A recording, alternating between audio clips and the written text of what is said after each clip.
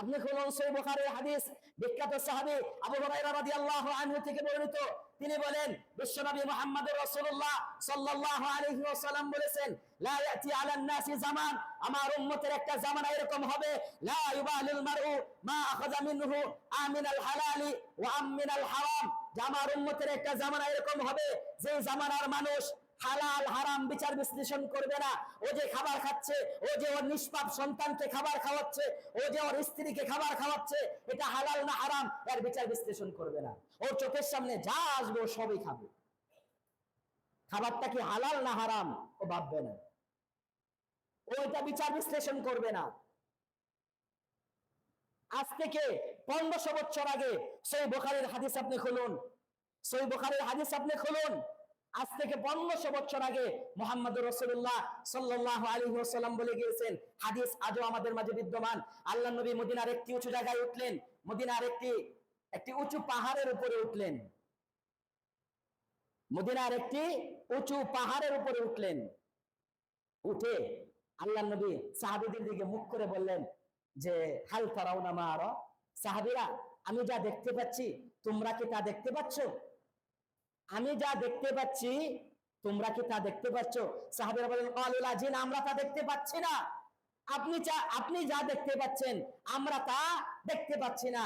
এবার মুহাম্মদুর রাসূলুল্লাহ সাল্লাল্লাহু আলাইহি ওয়াসাল্লাম বলেন, ফাইন্নী আরাল ফিতনা তাকাউ খিলালা বুয়ুতিকুম কাওয়াকিল কাতলি, আমি দেখতে পাচ্ছি তোমাদের কারো বাড়ির বিল্ডিং এর ছাদে অথবা টিনের চূড়ায় যেমনি ভাবে আকাশ থেকে বৃষ্টি বর্ষণ হয় তেমনি ভাবে তোমাদের মধ্যে পাপাচার বর্ষণ হচ্ছে। তোমাদের মধ্যে পাপাচার বর্ষণ হচ্ছে, আকাশ থেকে পাপ তোমাদেরকে গ্রাস করতেছে, তোমাদেরকে গ্রাস করতেছে। হাদিস আল্লাহ নবী উল্লেখ করেছেন 1500 বছর আগে। তাহলে আবার আপনি ভাবেন 1500 বছর পরে এসে এই পাপের গতি বাড়ছে না কমছে? আপনাদের সাধারণ জ্ঞান কি বলে? বাড়বে না কমবে?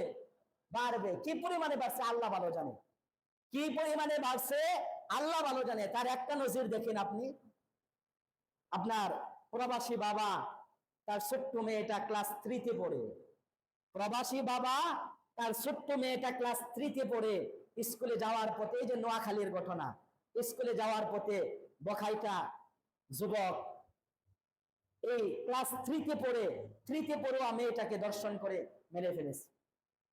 ক্লাস 3 তে পড়ে একটা মেয়ে কতটুক বড়, এই মেয়েটা তো এখন বাবা মার সাথে হাঁটতে শুরু করবে, বাবার কোলে দৌড়ে উঠবে, বাবার কোলে চুমু দিবে, আব্বু বলে বাবাকে ডাক দিবে, বাবা তার সমস্ত পৃথিবীর ভালোবাসা উজাড় করে মেয়েটার গালে চুমু দিয়ে মা বলে মেয়েটাকে বুকে টেনে নেবে।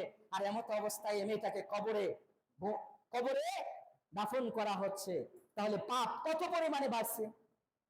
জমি আপনার দখল করতেছে আরেকজন, আপনি কথা বলার সুযোগ নেই, আপনি কথা বলার কেউ না। আপনার জমি আরেকজন দখল করতেছে, আরেকজন ভালো বরাদ করতেছে, আপনি কিচ্ছু বলতে পারবেন না। পাপের দুনিয়ায় আমরা বসবাস করতেছি, পাপের রাজ্যে আমরা বসবাস করতেছি। পাপ চতুর্দিক থেকে আমাদেরকে গ্রাস করে নিয়েছে, পাপ আর পাপ। আপনি যেদিকে তাকাচ্ছেন সেদিকে পাপ আর পাপ। আপনি বর্তমান সময়ে চাইলে আপনি পারবেন না যে পাপ থেকে বের হয়ে আসবেন, পাপ থেকে বের হয়ে আসবেন, আপনি চাইলে এটা পারবেন না। এই জন্য মুহাম্মদুর রাসূলুল্লাহ সাল্লাল্লাহু আলাইহি সাল্লাম দোয়া শিখিয়েছেন, আল্লাহ নবী দোয়া শিখিয়েছেন, বলছেন, ওহে আমার উম্মত তোমরা আল্লাহকে বেশি বেশি করে এই দোয়াগুলো বলো। কি বলছেন? ইয়া মুকাল্লিবাল কুলুব সাব্বিত কলবি আলা দীনিক, ইয়া মুকাল্লিবাল কুলুব, হে কলব পরিবর্তনকারী আল্লাহ, সাব্বিত কলবি আলা দীনিক, তুমি আমার কলবটাকে তোমার দ্বীনের উপরে অবিচল রাখো, অটল রাখো। আপনার অন্তর যে কোনো মুহূর্তে কচু পাতার পানির মতো এদিক সেদিক নড়ে চড়ে পড়ে বসতে পারে। এই জন্য আপনাকে বেশি বেশি করে দোয়া করতে হবে। মুহাম্মদুর রাসূলুল্লাহ সাল্লাল্লাহু আলাইহি ওয়াসাল্লাম দোয়া শিখিয়েছেন, বলো আল্লাহুম্মা ইন্নী আউযু বিকা আন উশরিকা বিকা ওয়া আনা আ'লামু ওয়া আনতা আল্লামুল গুয়ুব। এই দোয়াগুলো বেশি বেশি করে রব্বে কারীমকে বলতে হবে আর নিজেকে পাপ থেকে বাঁচানোর চেষ্টা করতে হবে। আপনি খুলুন সহিহ বুখারীর আরেকটি হাদিস, সে 1500 বছর আগে বলে গিয়েছেন মুহাম্মদুর রাসূলুল্লাহ সাল্লাল্লাহু আলাইহি ওয়াসাল্লাম বলেন, বাদিরু বিল আমালি ফাসাতাকুনা ফিতানান ইয়াতি আলান নাসি জামান আস-সাবিরু ফীমা আলা দীনি কাল কাবিদু আলাল জামরি। আল্লাহ নবী বলেন বাদিরু বিল আমাল ফাসাতাকুনা ফিতানান। আমার উম্মতের একটা জামানা এরকম হবে, ইয়াতি আলান নাসি জামান, ওই জামানার মানুষের অবস্থা এরকম হবে, as-সাবিরু ফিমা আলা দীনি কাল কাবিদু আলাল জামরি। মানুষ জ্বলন্ত অঙ্গার আগুন, লাকড়ির আগুন, শুকনা লাকড়ি, যে লাকড়ি দিয়ে আপনি পাক করেছেন, ওই লাকড়ির যে আপনার পুরানো অংশগুলো আছে, পুড়িয়ে যাওয়া অংশগুলো আছে, এগুলো ধাউ ধাউ করে আগুন জ্বলতেছে।